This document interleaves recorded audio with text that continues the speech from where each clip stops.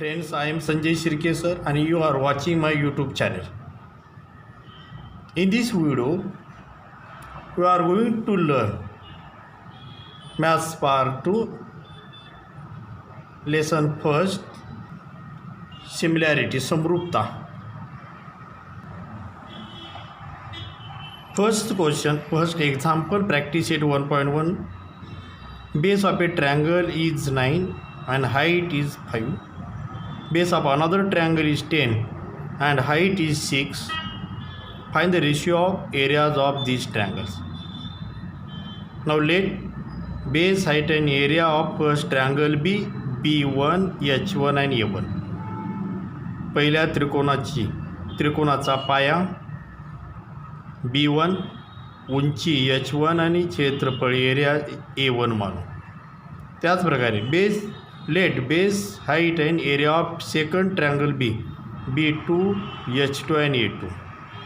त्याच प्रकारे दुसऱ्या त्रिकोणाचा पाया B2, उंची H2 आणि क्षेत्रफळ एरिया A2 मानू.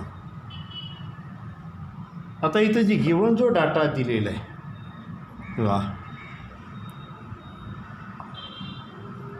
B1 is equal to height जी दिलेली आहे बेस 9, हाईट H1 दिलेली आहे H1 is equal to 5. Then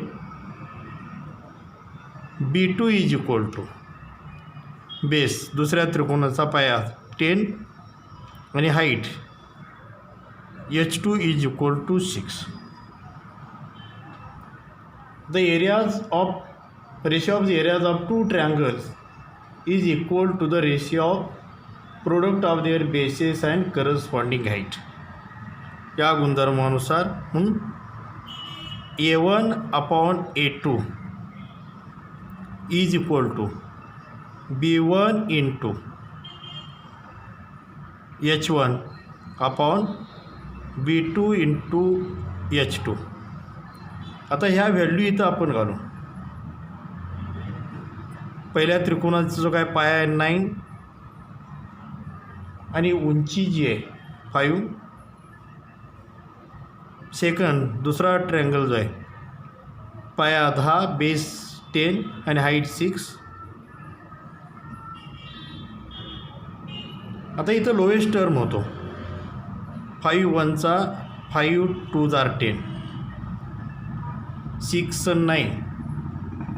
मला 3 ने डिवाइड होतं 3 2 3 3 9 आणि इथं 3 1 3 2 2 4. या दोन त्रिकोणांचं क्षेत्रफळाचं गुणोत्तर जर आहे A1 upon A2 is equal to 3/4. हे आपल्याला इथं आन्सर मिळतं.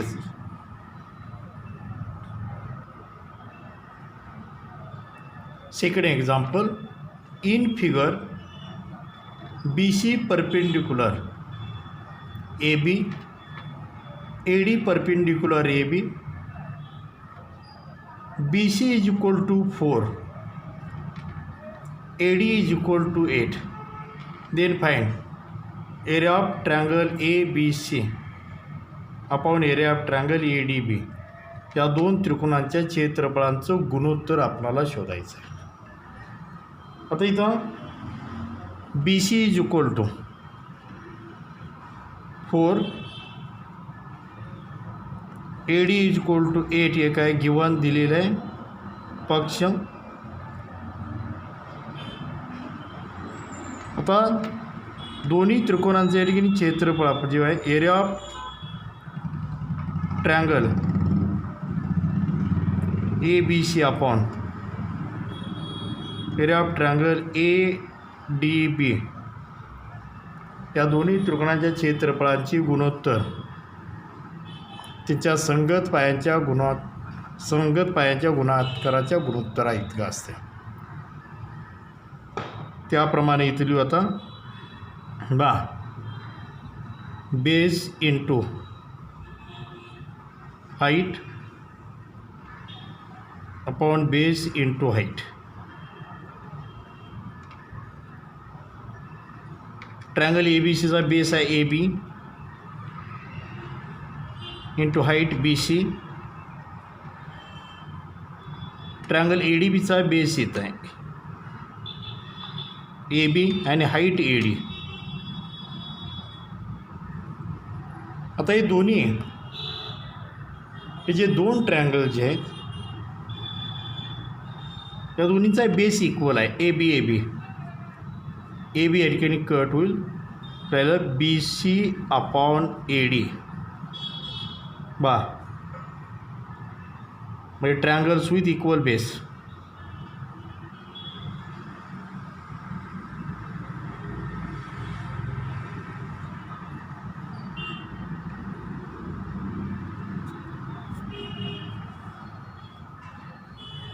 आता BC आणि ADचे इथं व्हॅल्यू आपण पुटअप करू. BC 4 AD 8 आणि जा लोवेस्ट फॉर्म मग 4 1 जा 4 4 2 जा 2 म्हणजे 1/2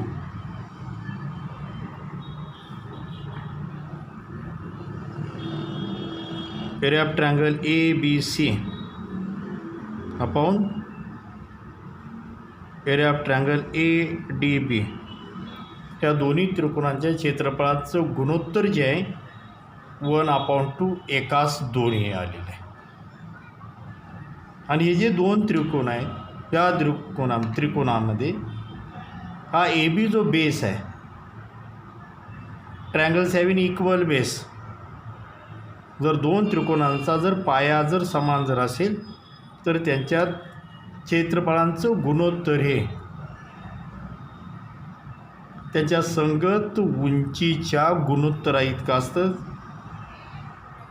इथं AB जे काय ट्रायंगल्स विथ इक्वल बेस हा कट झाले.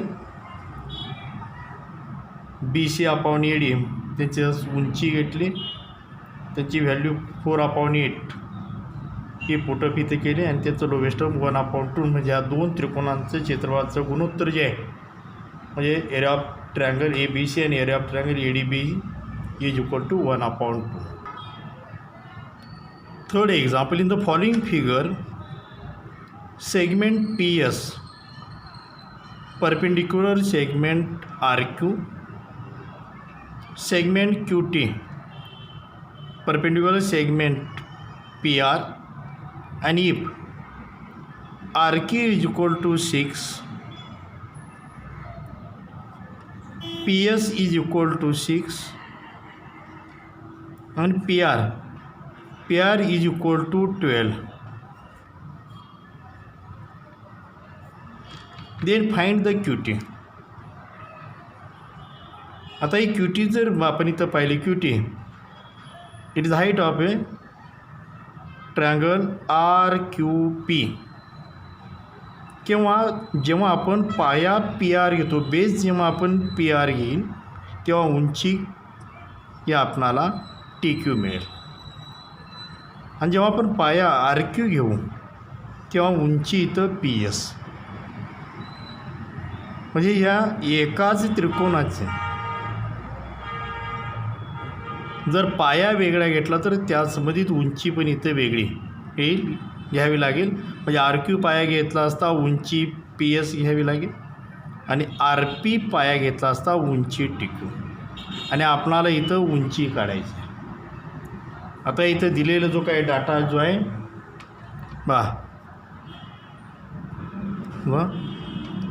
इथं segment RP is equal to 12,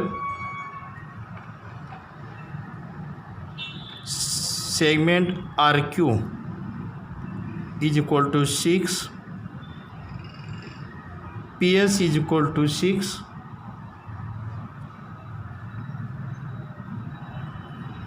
he given. आता एरिया ऑफ ट्रायंगल आपण PQR पहिल्यांदा घेऊ. Area of triangle PQR is equal to formula लिहूया 1/2 इंटू बेस इंटू हाईट. हे त्रिकोणाचे क्षेत्रफळ त्याचं सूत्र आपण घेतलं 1/2 इंटू. आता जेव्हा आपण इथं बेस इथं क्यू आर आपण घेऊ. बेस आपण क्यू आर किंवा इथं आर क्यू, उंची तेव्हा पी एस येईल. ऑब्ट्यूज अँगल ट्रँगल असेल, विषमकोन त्रिकोण जर असेल तेव्हा त्याची उंची त्या बाह्य भागात येते. इथं पी एस ही उंची इथं बाह्य भागात आहे. आता याची किमती आपण घालू 1/2 इंटू आर क्यू आहे 6 इंटू पी एच सेटकेनी व्हॅल्यू आहे 6. 2 1 2 2 3 इज इक्वल 6 3 18. आता इथे युनिट दिलेलं नाही, एकक काय सेंटीमीटर मीटर काही एकक दिलेलं नाही. म्हणजे इथं एकक स्क्वेअर म्हणजे 18 युनिट स्क्वेअर. समजा सेंटीमीटर असतं तर 18 सेंटीमीटरचं स्क्वेअर 18 सेंटीमीटर वर्ग आपण घेतला असतं. हे आपणाला एक भाग. आता इथं आपण पाया आणि उंचीचं आता बदलू. Area of triangle P Q R is equal to,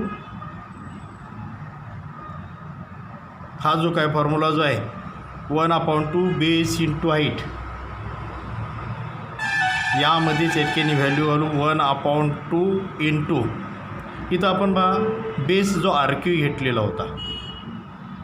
आता इथं बेस हा जो आहे पी आर 12 पी आर येऊन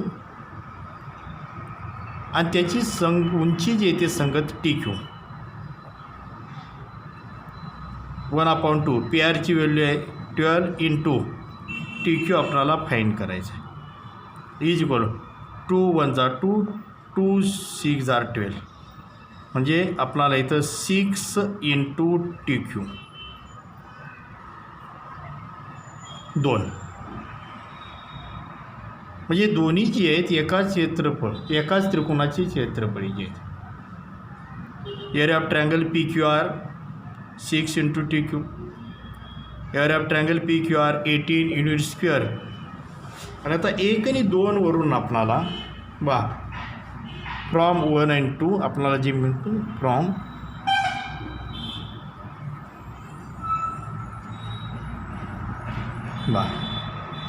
6 इंटू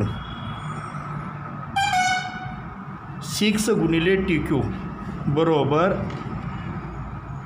18 युनिट स्क्वेअर येतो 18 युनिट्स. आता T Q is equal to 18. 6 जो आहे राईट साईडला इकडे डिवाईड होईल आणि T Q is equal to 6 3 83 unit.